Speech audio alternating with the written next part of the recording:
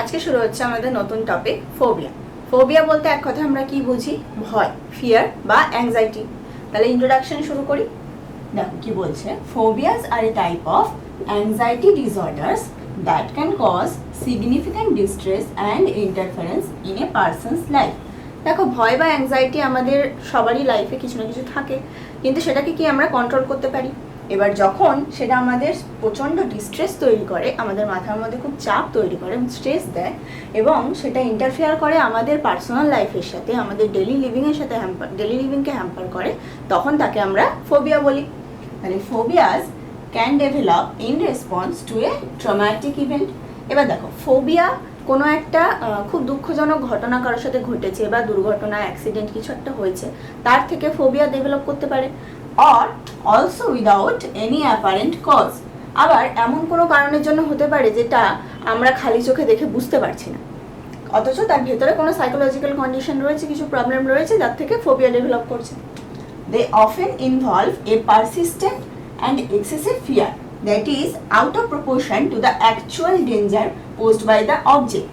এখানে কি বললো, নর্মালি ফোবিয়া যাদের হয় তারা যে সমস্ত অবজেক্ট, অ্যাক্টিভিটি বা সিচুয়েশন থেকে ভয় পায়, সেটা কিন্তু আমাদের তার প্রতি যে অতটা ডেঞ্জার রয়েছে সেই জিনিসটা থেকে তা কিন্তু নয়। ধরো তোমার মাকড়সা থেকে ভয় লাগছে, মাকড়সা থেকে ফোবিয়াকে কি বলে জানো তো? অ্যারাকনোফোবিয়া। এবার অ্যারাকনোফোবিয়া যার আছে তার কিন্তু মাকড়সা থেকে এমন প্রচণ্ড ভয় লাগবে যে সে মাকড়সা দেখলে মনে করবে তাকে হয়তো মেরে ফেলবে মাকড়সাটা। কিন্তু আসলে কি আমরা মাকড়সা থেকে অতটা থ্রেটস পাই? বা একটা মাকড়সা আমাদেরকে কামড়ালে কি আমরা সত্যি মারা যাব? তা নয়। তাহলে অ্যাকচুয়ালি জিনিসটা যতটা ডেঞ্জার তার থেকে অনেক বেশি এক্সেসিভ ভয় আমরা সেই জিনিসটা থেকে পাই। এটাই হচ্ছে ফোবিয়া। এবার দেখো ডেফিনেশন। ফোবিয়ার ডেফিনেশন মুখস্থ করা কিন্তু খুব সোজা। ফোবিয়া মানে আমি এক কথায় কি বললাম প্রথমে? ফিয়ার। তাহলে phobia is defined as a fear. Fear of what? Fear of certain object, activity or situation. এই তিনটে ওয়ার্ড মুখস্থ করে ফেলতে হবে। সমস্ত ফোবিয়ার ক্যাটাগরি কিন্তু এই তিনটের মধ্যে পড়ে যাবে। কি কি? অবজেক্ট, অ্যাক্টিভিটি আর সিচুয়েশন। অবজেক্টের কি এক্সাম্পল? ধরো যেটা বললাম, মাকড়সা থেকে ভয় লাগছে, তাহলে মাকড়সা একটা অবজেক্ট। অ্যাক্টিভিটি, ধরো তোমার প্লেনে চড়তে ভয় লাগছে, তাহলে সেটা একটা অ্যাক্টিভিটি। তারপরে হচ্ছে সিচুয়েশন, ধরো তোমাকে একটা বন্ধ ঘরে রেখে দেওয়া হয়েছে এবং সেই বন্ধ অবস্থা থেকে তোমার ভয় লাগছে, তাহলে সেটা হচ্ছে একটা সিচুয়েশন। তাহলে phobia is defined as a fear of a certain object, activity or situation. এবার এই ভয়টা কেমন?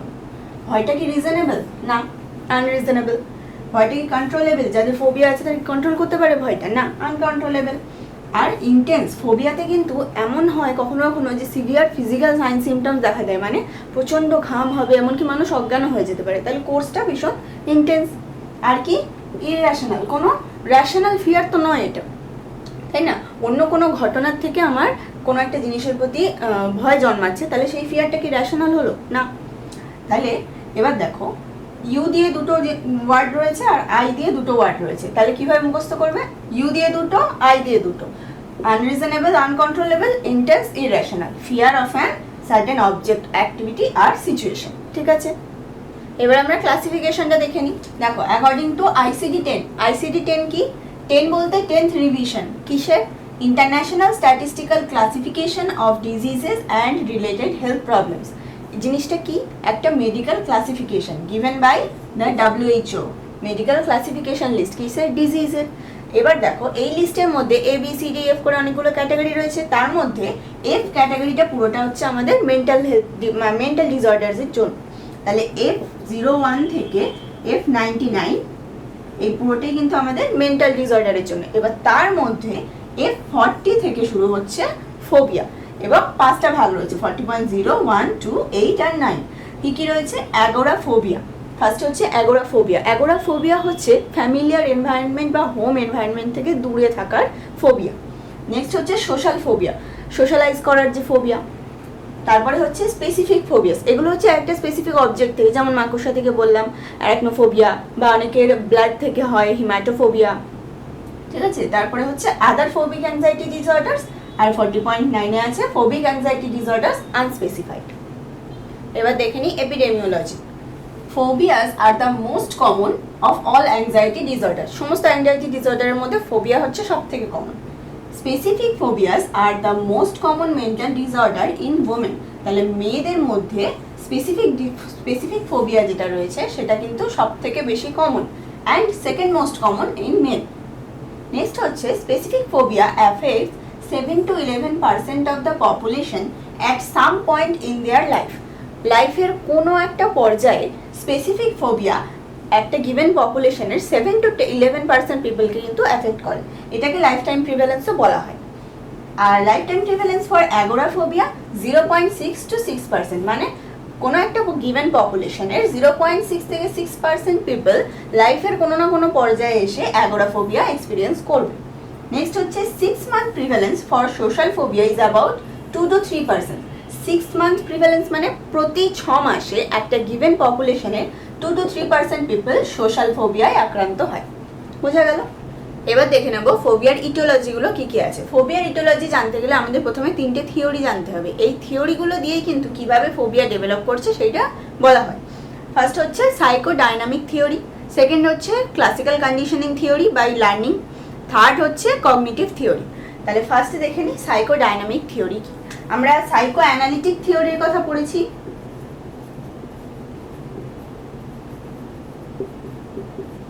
আমাদের চাইল্ড হেলথও পড়েছি, মেন্টাল হেলথও পড়েছি। সাইকো অ্যানালিটিক থিওরি কার দেওয়া?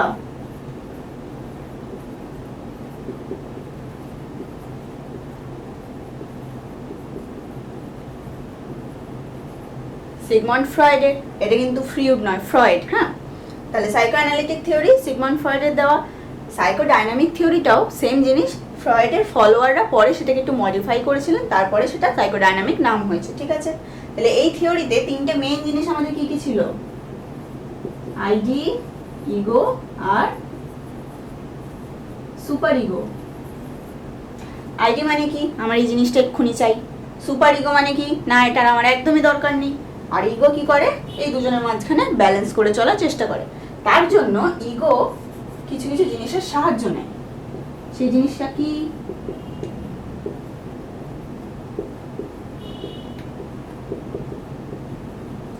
Defence mechanisms. ডিফেন্স মেকানিজমসও কিন্তু আমাদের পড়া হয়ে গেছে। তাহলে ডিফেন্স মেকানিজমের কয়েকটা এক্সাম্পল জলদি জলদি কমেন্টে লিখে ফেলো। তাহলে ডিফেন্স মেকানিজম, এখানে আমাদের মেন দুটো ডিফেন্স মেকানিজম রয়েছে। দেখো কি বলছে, according to this theory anxiety is usually ডেল্ট with repression. তাহলে প্রথম ডিফেন্স মেকানিজম আমরা কি পেলাম? রিপ্রেশন। রিপ্রেশন মানে কি? ধরো তুমি কোনো একটা জিনিস থেকে ভয় পাচ্ছ, সেই জিনিসটাকে তুমি দিনের যে কোনো সময়, তুমি যখন ধরো এমনি কাজ করছো দিনের বেলা, বা তুমি তোমার নিজের কাজে ব্যস্ত আছো, তখন তুমি কি চাইছো যে আমি ওই চিন্তাটাকে মাথায় আনবো না, ওটা নিয়ে ভাববোই না। তাহলে আমি ওটাকে যদি মাথার থেকে দূরে রাখতে পারি তাহলে আমার ভয় কেটে যাবে। কিন্তু আসলে কি তা হয় না। এবার কখনো কখনো সেই রিপ্রেশনটা কিন্তু ফেল করে যায়। তাহলে when repression fails to function adequately, other secondary defense mechanism, দেখো সেকেন্ডারি ডিফেন্স মেকানিজম কেন বলছে? কারণ ফার্স্টেটা যখন ফেল করলো, তারপরে সেকেন্ডে যেটা আসে সেটাকে বলে secondary defence mechanism of ego comes into action. এবার এই সেকেন্ডারি ডিফেন্স মেকানিজমটা কে? In phobia this secondary defence mechanism is displacement. Displacement মানে কি? আমার যে জিনিসটা থেকে ভয় লাগছে, আমি ভয়টাকে সেই জিনিসটা থেকে সরিয়ে অন্য একটা নিউট্রাল জিনিসের উপর ডিসপোজ করে দিলাম। মানে কি?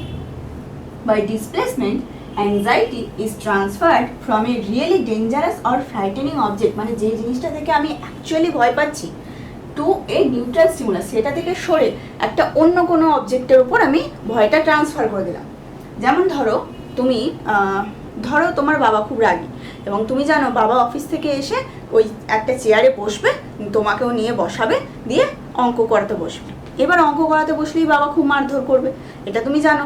এইবার কি হচ্ছে, তুমি বাবাকে ভয় পাচ্ছ, তোমার অ্যাকচুয়ালি ভয় হচ্ছে বাবার প্রতি, কিন্তু তুমি বাবা যে চেয়ারটায় বসছে সেই চেয়ারটার উপর ভয়টাকে ট্রান্সফার করে দিচ্ছ। তোমার দিনের বেলা যে কোনো কাজ করতে গেলে ওই চেয়ারটার দিকে তাকালেই মনে পড়ছে ওই চেয়ারটাতে বাবা বসে, তাহলে বাবা আসলেই ওখানে বসবে আর আমাকে অঙ্ক করাতে শুরু করবে। তাহলে তোমার ভয়টা আস্তে আস্তে ওই বাবার থেকে চেয়ারে কিন্তু শিফট হয়ে যাচ্ছে। ওই চেয়ারটাকে তুমি যখনই দেখবে দিনের যে কোনো সময়, তুমি ধরো অন্য কাজ করছো বা কিছু করছো, কোথাও যাওয়া আসার পথে যখনই তুমি চেয়ারটাকে দেখবে তখন তোমার ওই জিনিসটা মনে পড়বে। তাহলে এটা হচ্ছে displacement. This two objects are connected by a symbolic association. এই দুটো অবজেক্ট, যেমন তোমার বাবা আর চেয়ার, এই দুটো অবজেক্ট কিন্তু কানেক্টেড থাকতে হবে। এমন নয় যে তুমি বাবার সাথে কম্পিউটারে তুলনা করে ফেললে দিয়ে সেখানে, সেটা হবে না। বাবা কিছু একটা ধরো ইউজ করছে, সেই জিনিসের উপর তুমি তোমার ভয়টাকে ট্রান্সফার করে দিচ্ছ। তাহলে দুটো জিনিস কানেক্টেড থাকতে হবে, যেটা থেকে তোমার ভয় লাগছে আর যেটা নিউট্রাল জিনিস, দুটো জিনিসের মধ্যে কিছু একটা কানেকশন থাকতে হবে। সেই কানেকশনটা থেকেই তোমার ভয়ের যে অবজেক্টটা, সেটার থেকে তুমি নিউট্রালে ট্রান্সফার করে দিচ্ছ ভয়টা। The neutral object chosen unconsciously can easily avoided in day to day activities. এবার দেখো, বাবাকে কি তুমি অ্যাভয়েড করতে পারবে? পারবে না। বাবা আসলেই সেই কাজ থেকে এসেই তোমাকে অঙ্ক করাতে বসাবে, এটা তুমি জানো। কিন্তু চেয়ারটাকে কি তুমি অ্যাভয়েড করতে পারবে? হ্যাঁ পারবে। দিনের বেলা যে ঘরে চেয়ারটা রয়েছে, তুমি সেই ঘরটা দিয়ে যাবেই না, তুমি সেইখান দিয়ে যাবেই না, তুমি সেই ঘরে কোনো কাজ করতে ঢুকবেই না। তাহলে তুমি কি জানো, আমি যদি ওখানে না যাই তাহলে আমি আর চেয়ারটাকে দেখতে পাবো না, তাহলে আমি জিনিসটাকে অ্যাভয়েড করতে পারছি। তাহলে the neutral object chosen unconsciously can be easily avoided, যেটা বললাম ওটা কিন্তু চেয়ারটাকে তুমি ইজিলি দিনের যে কোনো টাইমে অ্যাভয়েড করে দিতে পারো, কিন্তু বাবা কিন্তু অ্যাভয়েড করতে পারবে না। In contrast to the frightening object. এবার যেহেতু তুমি চেয়ারটাকে অ্যাভয়েড করতে পারছো, তাই জন্যই কিন্তু ভয়টা তোমার চেয়ারের প্রতি ট্রান্সফার হচ্ছে, কারণ তুমি জানো তুমি ওটাকে অ্যাভয়েড করতে পারবে, এবং তুমি ওকে অ্যাভয়েড করেই মনে মনে ভাবছো যে তাহলে আমার বাবার থেকেও এখন আমি দূরে আছি বা আমার এখন কিছু হবে না। ঠিক আছে, নেক্সট হচ্ছে লার্নিং থিওরি। লার্নিং থিওরি আমরা ফার্স্ট ইয়ার সাইকোলজিতে অনেক পড়ে ফেলেছি। থিওরিজ অফ লার্নিং একটা চ্যাপ্টারই ছিল, তার মধ্যে একটা থিওরি ছিল মনে করো ক্লাসিক্যাল কন্ডিশনিং থিওরি। এটা কার দেওয়া?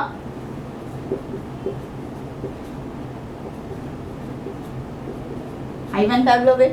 প্যাভলভ কি করেছিলেন, একটা এক্সপেরিমেন্ট করেছিলেন।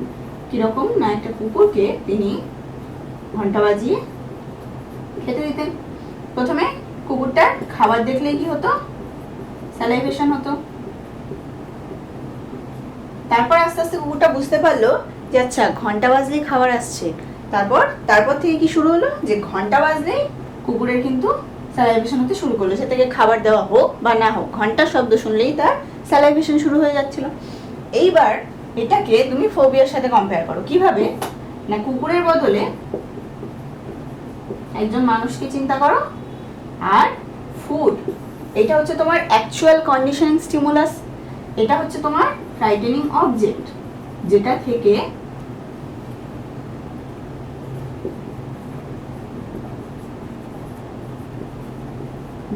তুমি অ্যাকচুয়ালি ভয় পাচ্ছ। আর এটা কি, এটা একটা নিউট্রাল স্টিমুলাস, তাহলে এটা একটা হার্মলেস অবজেক্ট।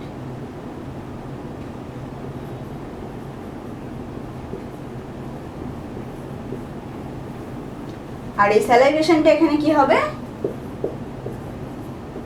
ফিয়ার। তাহলে তুমি প্রথমে কি করতে, যে জিনিসটা থেকে তোমার অ্যাকচুয়াল ভয় লাগছে সেইটা থেকে ভয় পেতে, তারপরে আস্তে আস্তে সেটা কোথায় শিফট করে গেল, হার্মলেস অবজেক্টে, তাহলে নিউট্রাল স্টিমুলাসে শিফট করে গেল। সেটা কিভাবে হচ্ছে দেখো, according to classical conditioning a stressful stimulus produces an unconditioned response that is called fear. Stressful stimulus মানে স্ট্রেস তৈরি করবে বা ভয় তৈরি করবে, ফিয়ার তৈরি করবে, এটা কিন্তু আনকন্ডিশন, এটা কিন্তু আমরা তৈরি করছি না, এটা নিজে থেকেই আসছে আমাদের। আনকন্ডিশন রেসপন্স কি হলো, fear. when the stressful stimulus is repeatedly paired, এইবার এই স্ট্রেসফুল স্টিমুলাসটাকে যদি আমি একটা নিউট্রাল স্টিমুলাসের বা হার্মলেস স্টিমুলাসের সাথে পেয়ার করে দিই, তাহলে কি হবে, ওই যে হার্মলেস অবজেক্টটা সেইটাই কিন্তু ফিয়ার প্রডিউস করতে শুরু করবে। তাহলে তখন আমাদের আর ওই ভয়ের জিনিসটার দরকারই নেই, এই হার্মলেস অবজেক্টটাকে দেখলেই আমাদের ভয় শুরু হবে। তাহলে harmless object alone produces the fear which is now a conditioned response. এটা কি কন্ডিশনিং করে তৈরি হলো, এটা কিন্তু প্রথম থেকে ছিল না। প্রথম থেকে কিন্তু আমরা হার্মলেস অবজেক্টটাকে দেখে ভয় পাচ্ছিলাম না, প্রথমে যেটা দেখে অ্যাকচুয়াল ভয় পাওয়ার কথা সেটাতেই ভয় পাচ্ছিলাম, আস্তে আস্তে সেটা কন্ডিশনড হয়ে গেল হার্মলেস অবজেক্টে।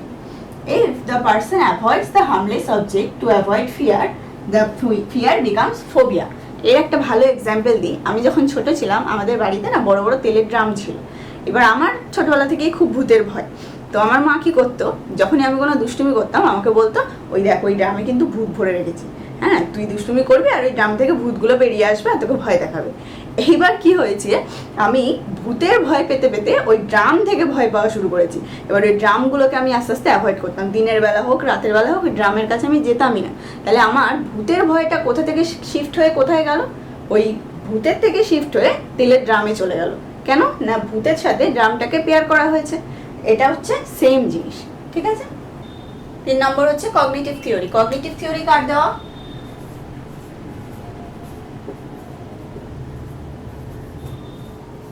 জিন পিয়াজেট নয় কিন্তু, টিটা উচ্চারণ করবে না, ঠিক আছে।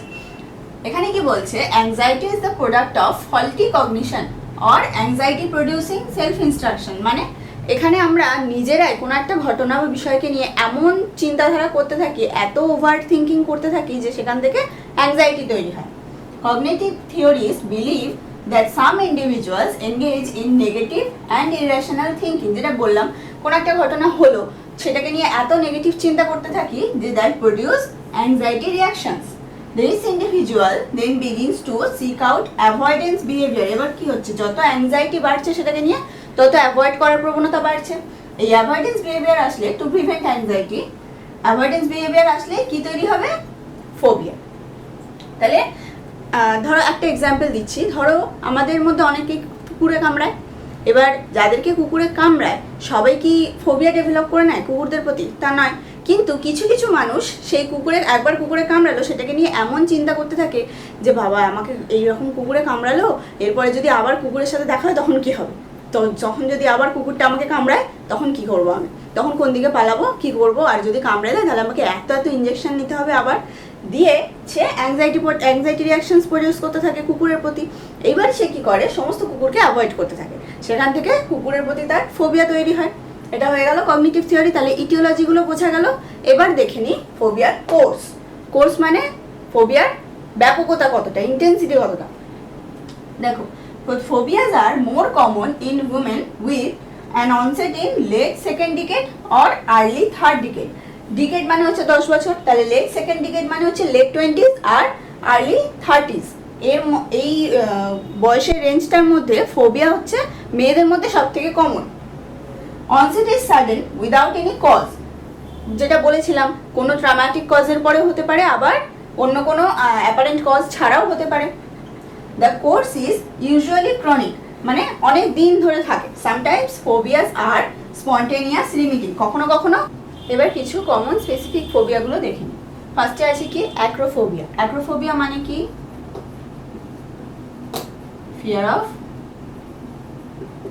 হাইটস, মানে উঁচু জায়গা থেকে ভয়। নেক্সট হচ্ছে হেমাটোফোবিয়া, নাম দেখে বুঝতে পারছো হেমাটোফোবিয়া কি হবে, ফিয়ার অফ ব্লাড। ক্লস্ট্রোফোবিয়াও বলেছিলাম, ফিয়ার অফ ক্লোজড স্পেস, বন্ধ ঘরের থেকে ভয়। নেক্সট হচ্ছে অ্যারাকনোফোবিয়া, এটাও বলেছিলাম। অ্যারাকনোফোবিয়া মানে কি, ফিয়ার অফ স্পাইডার্স, মাকড়সা থেকে ভয়। এয়ারোফোবিয়া হচ্ছে ফিয়ার অফ ফ্লাইং, প্লেনে চড়তে ভয়। বলেছিলাম না, প্লেনে চড়া থেকে অনেকের ভয় হয়। নেক্সট হচ্ছে ট্রাইপ্যানোফোবিয়া, এটা একটা মজাদার ফোবিয়া, ফিয়ার অফ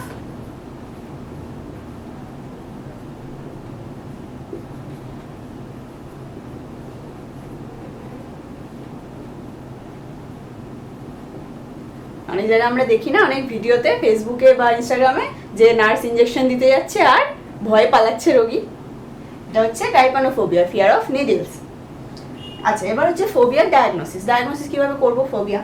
ফার্স্ট হচ্ছে ভালো করে হিস্ট্রি নিতে হবে, যে কিরকম হিস্ট্রি অফ অ্যাংজাইটি, কিরকম হচ্ছে তার অ্যাংজাইটিটা, কিরকম হচ্ছে সেটা কিভাবে দেখবো। ফার্স্ট হচ্ছে ওয়েন এক্সপোজ টু, মানে যখন সে তার জিনিসটা সামনে আছে, যখন তার যে অবজেক্টটাকে সে ফিয়ার করে, ভয় পায় যেটা থেকে, সেটা সামনে যখন আছে তখন কিরকম রিয়াকশন হচ্ছে। আর অ্যান্টিসিপেটিং কি বলেছিলাম, মানে যখন এক্সপোজ হওয়ার আগে, মানে যখন সে বুঝতে পারে যে এখানে গেলে এবার আমার সাথেও দেখা হবে, তখন কিরকম অ্যাংজাইটিটা হচ্ছে, সেটা আমাকে ভালো করে হিস্ট্রি নিতে হবে। নেক্সট হচ্ছে নো স্পেসিফিক ডায়াগনস্টিক টেস্ট। ফোবিয়ার জন্য না কোনো টেস্ট হয় না যে তুমি এই টেস্টটা করে কনফার্ম করবে ডায়াগনোসিস, এরকম কোনো টেস্ট নেই। Diagnosis confirmed if ICD-10 criteria met. ICD-10 criteria মানে কি, এই সাইন সিমটমসগুলো যদি দেখতে পাওয়া যায় তাহলে কিন্তু ফোবিয়া ডায়াগনোস করা হয়। কি কি আছে, নর্মাল যে সাইন সিমটমসগুলো আমি বলেছিলাম, panic and fear, rapid heart beats, shortness of breath, trembling, strong desire to get away, এগুলো দেখলেই কিন্তু ফোবিয়া ডায়াগনোজ করে দেওয়া হয়। এবার আমরা আলোচনা করব ভ্যারিয়াস টাইপস অফ ফোবিয়া নিয়ে। তার মধ্যে প্রথম হচ্ছে অ্যাগোরাফোবিয়া। অ্যাগোরাফোবিয়া কি? Fear of being in places away from the familiar setting of home, in crowds or in situations that the patient cannot live easily। মানে বাড়ির যে হোম এনভায়রনমেন্ট সেখান থেকে দূরে থাকা, কোনো পাবলিক ক্রাউডেড প্লেসে থাকা, আর এমন সিচুয়েশনে থাকা যেখান থেকে পেশেন্ট সহজে বেরিয়ে আসতে পারবে না, চাইলেও বেরিয়ে আসতে পারবে না। সোশ্যাল ফোবিয়া আর অ্যাগোরাফোবিয়ার মধ্যে একটা কমন ডিফারেন্স আছে। সোশ্যাল ফোবিয়া কি বলতো? পাবলিককে ভয়, আর অ্যাগোরাফোবিয়া হচ্ছে পাবলিক প্লেস থেকে ভয়। বুঝতে পেরেছো? এরপর হচ্ছে as severity increases, gradual restriction in normal day-to-day activities arises। এবার যত ফোবিয়ার কোর্সটা বাড়বে, ইন্টেন্সিটিটা বাড়বে, তাতে কি হবে? তার নর্মাল যে ডেইলি লিভিং অ্যাক্টিভিটিসগুলো, সেগুলো ধরো গ্রসারিজ কিনে আনা, জিনিসপত্র বাইরে থেকে কিনে আনা, সেইগুলো করতে পারবে না। তাহলে normal day to day activities hamper হবে। The person become self imprisoned at home, ঘর থেকে বেরোতেই চাইবে না। সাইন্স অ্যান্ড সিমটমস কি কি? খুব easy. Overriding fear of open or public places. প্রথমে তো ফিয়ারটা আসবে, তারপরে হচ্ছে deep concern that help might not be available in those places. তারপরে কনসার্ন আসবে যে এখানে যদি আমার কিছু হয় তাহলে আমি কারো কাছ থেকে সাহায্য পাবো না। দেখো, কিছু কিছু মানুষের ফোবিয়ার সাথে প্যানিক ডিসঅর্ডারও থাকে। তাদের মাঝে মাঝে যে কোনো জায়গায়, irrespective of time and place, তাদের প্যানিক অ্যাটাক আসে। এবার যাদের প্যানিক অ্যাটাক আসে তাদের আরও স্পেশাল ভয় থাকবে যে পাবলিকে আমার যদি প্যানিক অ্যাটাক আসে তাহলে আমি এম্বারাসড হয়ে যাবো, আমাকে হেল্প করতে কেউ আসবে না, সেটার একটা কনসার্ন। নেক্সট হচ্ছে অ্যাভয়েডেন্স অফ পাবলিক প্লেস। এবার সেই থেকে পাবলিক প্লেসকে অ্যাভয়েড করাটা শুরু হয়। আর লাস্ট হচ্ছে কনফাইনমেন্ট অ্যাট হোম, মানে পুরোপুরি ঘরবন্দি হয়ে যাওয়ার মতো অবস্থা। নেক্সট হচ্ছে সোশ্যাল ফোবিয়া। সোশ্যাল ফোবিয়া কি? Irrational fear of performing activities in the presence of other people or interacting with others. দেখবে আমাদের মধ্যে অনেকেরই এটা হয়, এক্সামের টাইমে এক্সামিনার যদি সামনে আসে তাহলে আমাদের লিখতে গেলে হাত কাঁপে, লিখতে অসুবিধা হয়। আবার ছোটোবেলায় আমাদের টিচারদের সাথে ইন্টারাক্ট করতে ভয় লাগতো। আমরা স্টাফ রুমের সামনে গিয়ে দাঁড়িয়ে থাকতাম, এই ওকে ঠেলতাম, এই তুই যা এরকম করে। তো এইটা হচ্ছে সোশ্যাল ফোবিয়া। কিন্তু আমাদের যেগুলো হয় সেগুলোর কোর্স বা ইন্টেন্সিটি অতটা সিভিয়ার নয়, তার জন্য এটা ফোবিয়ার স্টেজ অবধি পৌঁছায় না। কিন্তু যাদের এটা সিভিয়ারলি দেখা যায়, যে মানে পাবলিক প্লেসে বা ক্রাউডে কথাই বলতে পারছে না, পাবলিকের সাথে ইন্টারাক্টই করতে পারছে না, তাহলে সেটা কিন্তু phobia. The patient is afraid of his own actions being viewed by others critically, মানে ভাবে যে পিপল তাকে জাজ করবে, সবাই তাকে জাজ করবে, রিজাল্টিং ইন এম্বারাসমেন্ট, এতে তার এম্বারাসমেন্ট হবে আর হিউমিলিয়েশন হবে। সাইন্স অ্যান্ড সিমটমস কি সোশ্যাল ফোবিয়ার? ফার্স্ট হচ্ছে হাইপার ভেন্টিলেশন, রেসপিরেটরি রেট বেড়ে যাবে, সোয়েটিং, ঘাম হবে প্রচণ্ড, কোল্ড অ্যান্ড ক্ল্যামি হ্যান্ডস, হাতের তালু ঠান্ডা হয়ে যাবে, ব্লাশিং, এটা কিন্তু লজ্জায় গাল লাল হওয়া না, ভয়ে মুখ চোখ লাল হয়ে যাবে, প্যালপিটেশনস, বুক ধরফর করবে, কনফিউশন, মানে যে কাজটা ধরো সে করতে যাচ্ছিল হয়তো সেটা ঠিকই করতো, কিন্তু এখন লোক সামনে দাঁড়িয়ে আছে বলে সে কনফিউজ হয়ে গেছে। জিআই সিমটমস অনেকের হয়, অ্যাংজাইটি এলেই পেট গুড়গুড় করে, ট্রেমব্লিং হ্যান্ডস অ্যান্ড ভয়েস, কথা বলতে গেলে গলা কেঁপে যাবে, বা কোনো একটা কাজ করতে গেলে হাত কেঁপে যাবে, ইউরিনারি আর্জেন্সি, অনেকের বাথরুম পায়, অ্যাংজাইটি হলে অনেকের বাথরুমও পায়, মাসেল টেনশন, পেশিতে টান ধরবে, এটা কাজ করতে গেলে করতে পারবে না, অ্যান্টিসিপেটরি অ্যাংজাইটি। অ্যান্টিসিপেটরি অ্যাংজাইটিটা আমি পরে এক্সপ্লেন করছি। অ্যান্টিসিপেটরি অ্যাংজাইটি কি জিনিস? Anticipatory anxiety occurs well in advance of a situation such as a public speech or social event। Anticipatory anxiety হচ্ছে কোনো একটা ইভেন্ট স্টার্ট হওয়ার আগে, বা ধরো তুমি কোনো একটা স্পিচ দেবে, সেই স্পিচটা বলতে যাওয়ার আগে তোমার মনে সেইটা নিয়ে যে অ্যাংজাইটি হয় সেটাই হচ্ছে অ্যান্টিসিপেটরি অ্যাংজাইটি। এটা তোমরা ভালো বুঝতে পারবে যখন আমাদের ক্লাসে প্রেজেন্টেশন দিতে হয়। প্রেজেন্টেশন দেওয়ার আগে আমাদের যে অ্যাংজাইটিটা হয়, যে ম্যাডামের সামনে দাঁড়িয়ে, ওখানে ক্লাসের সামনে দাঁড়িয়ে আমি কি বলবো, কিভাবে বলবো, এই অ্যাংজাইটিটাই হচ্ছে anticipatory anxiety. This leads to thoughts of dread. এটা থেকে কি হয়? অ্যাংজাইটি থেকে আস্তে আস্তে ভয় শুরু হয়, ওই ইভেন্টটার প্রতি বা ওই স্পিচ দেওয়া সেই পাবলিক স্পিচের প্রতি আমার ভয় শুরু হয়, leading up to the event, যেটা বললাম। This added anxiety results in actual or perceived failure in the situation.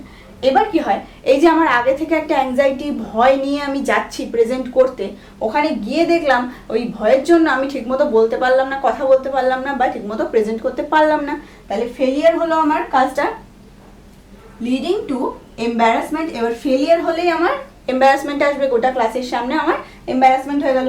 এই এম্বারাসমেন্ট থেকে আবার ফার্দার অ্যাংজাইটি হবে। এবার ফার্স্ট তুমি ধরো একটা স্লাইড প্রেজেন্ট করতে গেছো, ফার্স্ট স্লাইডটা দেখিয়ে বলেই তুমি যখন দেখছো যে তুমি ঠিকমতো বলতে পারলে না, তোমার এম্বারাসমেন্ট হলো, তারপরে যে তোমার অ্যাংজাইটিটা তৈরি হবে, ফার্দার অ্যাংজাইটি, তাতে তোমার নেক্সট স্লাইডগুলোও কিন্তু তুমি বলতে পারবে না। এতে কি হয়, একটা ভিসিয়াস সাইকেল তৈরি হয়। আগে থেকে অ্যাংজাইটি নিয়ে তুমি আসছো, সেখানে এসে এম্বারাসমেন্ট হচ্ছে, এম্বারাসমেন্ট থেকে অ্যাংজাইটি হচ্ছে, অ্যাংজাইটি থেকে আবার এম্বারাসমেন্ট থেকে অ্যাংজাইটি। এই যে ভিসিয়াস সাইকেলটা, এটা কিন্তু মানুষের কাজ করার ক্যাপাসিটি কমিয়ে দেয়। এটা এখানে লেখা আছে দেখো, this pattern sets up a vicious cycle of persistent discomfort that can be incapacitating, মানে মানুষের কাজ করার ক্ষমতা কমিয়ে দেয়। Many people who have social phobia are under achievers. এর জন্যই এই যে এম্বারাসমেন্ট, অ্যাংজাইটি এটা চলতেই থাকে, যার জন্য আন্ডার অ্যাচিভার্স হয়ে যায়। Because of test anxiety, test দিতে অ্যাংজাইটি, পুয়ার জব পারফরমেন্স, কারোর সামনে কিছু পারফর্ম করে দেখাতে অ্যাংজাইটি, আর পুয়ার কমিউনিকেশন স্কিলস। ধরো তোমার কলিগদের সাথে, তোমার বসদের সাথে যদি তুমি ইন্টারাক্টই না করতে পারো, তাহলে তোমার পারফরমেন্স এমনিই খারাপ হবে, ইন্টারাকশনও খারাপ হবে। They may have few or no friends, এর জন্য তাদের বন্ধু সংখ্যাও কিন্তু কম হয়। আর ডিক্রিজ সাপোর্ট সিস্টেম, তাদের সাপোর্ট করার মানুষও কম হয়।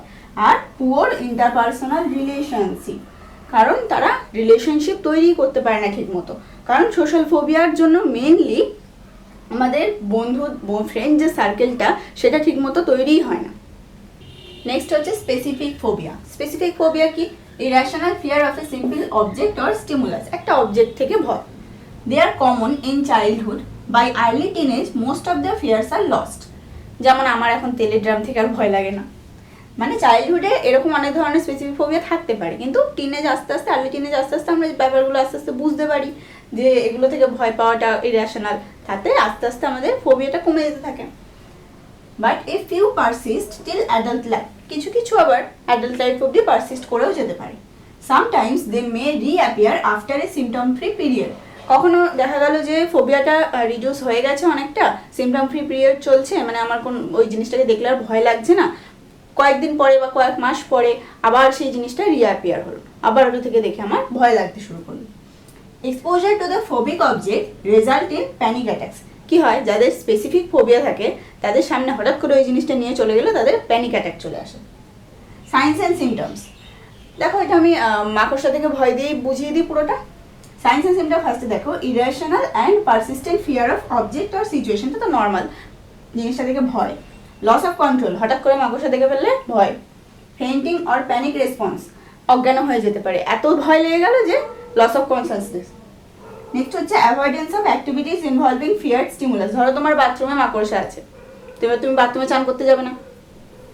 Anxiety when thinking about the stimulus, যদি তুমি ধরো তুমি বাথরুমে যাওনি, কিন্তু বাড়িতে বসে, ঘরে বসে যদি চিন্তা করো সেই কথাগুলো, তাহলেও কিন্তু সেই অ্যাংজাইটি তৈরি হবে।